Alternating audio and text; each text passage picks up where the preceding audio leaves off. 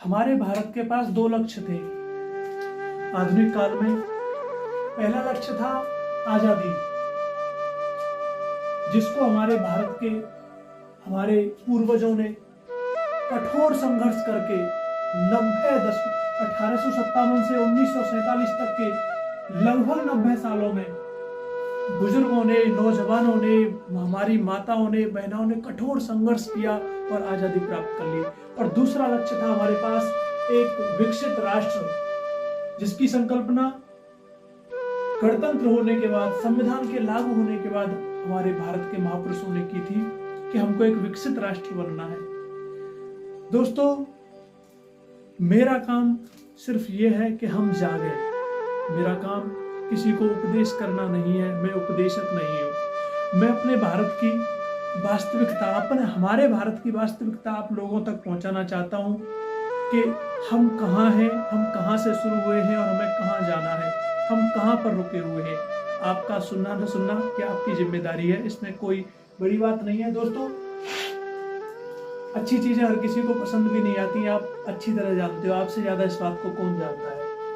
विकसित राष्ट्र की जो दूसरा उद्देश्य था, हमने पहला उद्देश्य पा लिया, हम आजाद हो गए, हमें आजादी मिल गई। विकसित राष्ट्र उसे कहा जाता है जहां शिक्षा और स्वास्थ्य की पूर्ण व्यवस्था हो, जहां कृषि का पूर्ण विकास हो, जहां सूचना और संचार की व्यवस्था हो, जहां बुनियादी ढांचा हो, आवश्यक तकनीकी का विकास हो चुका हो और जहां के लोगों में ईश्वर में आस्था और आध्यात्मिक उन्नति हो। ईश्वर में आस्था, बहुत लोग इस चीज को लेकर चिंतित हो सकते हैं, लेकिन दोस्तों ये बहुत ही गहन विषय है, इस पर भी विशेष चर्चा मैं जरूर करूंगा। इसको या तो आप 3 शब्दों में कह लें, आर्थिक, सामाजिक और सुरक्षा के दृष्टिकोण से जब भारतीय समाज मजबूत हो जाएगी, जब भारत मजबूत हो जाएगा, आत्मनिर्भर हो जाएगा, तो हम विकसित राष्ट्र हो जाएंगे। समस्या ये है कि हम विकसित राष्ट्र अब तक नहीं हो पाए हैं। भारत अभी विकसित राष्ट्र नहीं है। इसका तात्पर्य है कि आपके देश के पास न स्वास्थ्य है, न शिक्षा है, न विकास है और न ही आवश्यक तकनीकी है, न सुरक्षा है।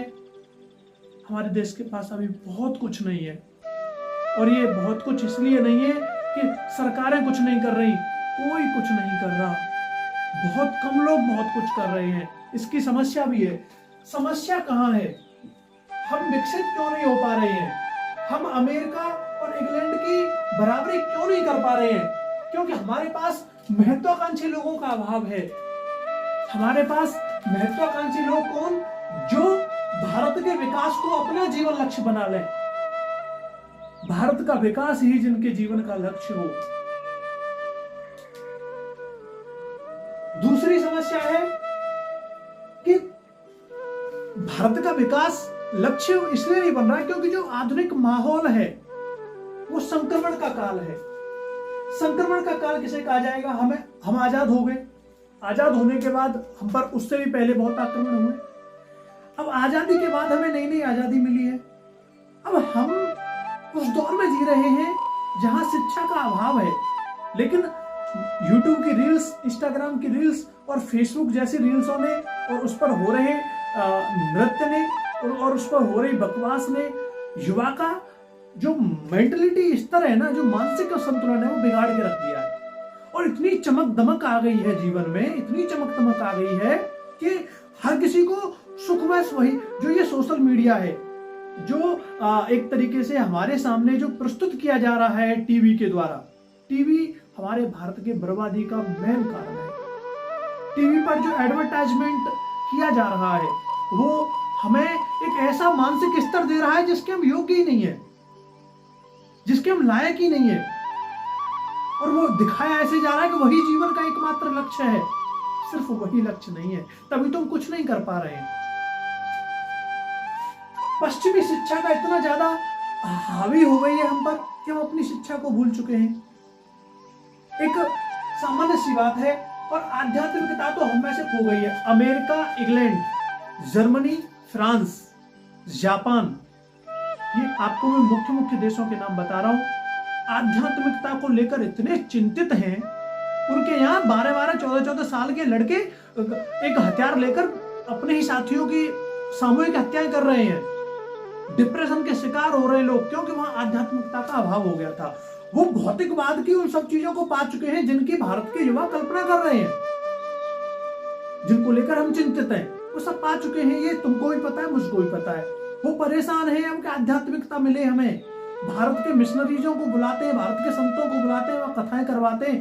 भारत के हजारों आश्रम हैं विदेशों में, हजारों आश्रम, वो लाखों भारत के सन्यासी उपदेश कर रहे हैं। आप इस चीज को क्यों नहीं सुन रहे हो?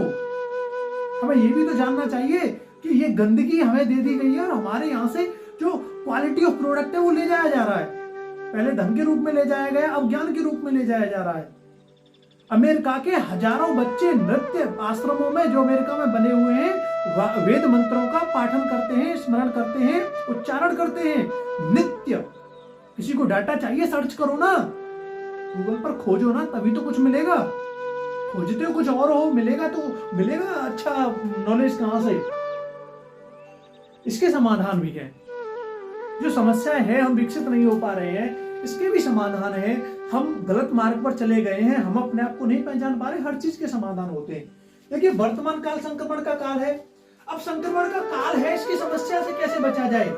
अपने आप को, पहली बात तो आध्यात्मिक बनाइए, अपने आप को देश से जोड़िए, और जब अपना वक्त खराब करते हो तो एक कायदे के इंसान की तरह ये चिंतन कीजिए कि मैं जो ये वक्त रील्स में, इंस्टाग्राम में खराब कर रहा हूं, उस समय मुझे देश की, देखो समझ कभी युवाओं की भी नहीं है। देश की राजनीति का हाल बहुत बुरा होता है। देश की राजनीति ही इतनी खराब है, युवाओं के पास कोई लक्ष्य ही नहीं है। अच्छे लोग आगे आते ही नहीं है। मोटिवेटर भी आगे आ रहे हैं तो उनका काम है पैसा कमाना। देश की वास्तविकताओं को कोई बताना नहीं चाह रहा है। तुम महापुरुषों की कहानियां सुना रहे हो, वर्तमान में तो झांको। महापुरुषों की कहानियां सुना देने से आपके व्यूज बढ़ जाते हैं, आपकी टाइमिंग बढ़ जाती है, आपको पैसा मिल जाता, लेकिन उससे हो क्या रहा है? युवा तो वहीं के वहीं रील्स पर अटका हुआ है। उसे मुझे पता चला कि रील्स बर्बाद कर रही है। कैसे बर्बाद कर रही है? देखिए भाई, सीधी सी बात है, कोई भी काम इतने महत्वाकांक्षी हो जाइए, इतने महत्वाकांक्षी हो जाना चाहिए युवा को। भारत के युवा को आज जरूरत है महत्वाकांक्षी होने की, कि एक मिनट भी किसी और के लिए बर्बाद ना करे। जैसे कि रील्स, हर चीज में फायदा ढूंढो, हर चीज में फायदा ढूंढो। जो कर रहे हो, हर काम में दोस्ती कर रहे हो, फायदे से करो। फोन चला रहे हो, फायदे से चलाओ। रील्स देख के मिलेगा क्या?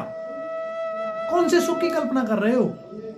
अमेरिका से खुद की तुलना करो, इंग्लैंड से खुद की तुलना करो, एक विशाल भारत का सपना देखो कि जो हो रहा है मैं उसमें अपना कैसे योगदान दूं। नेक्स्ट समाधान है भारतीय संस्कृति। देखो भाई, हमने क्या हम रहे गुलाम, हमारी सोच हो गई गुलाम, इसमें कोई संदेह नहीं है स्वीकार करने में।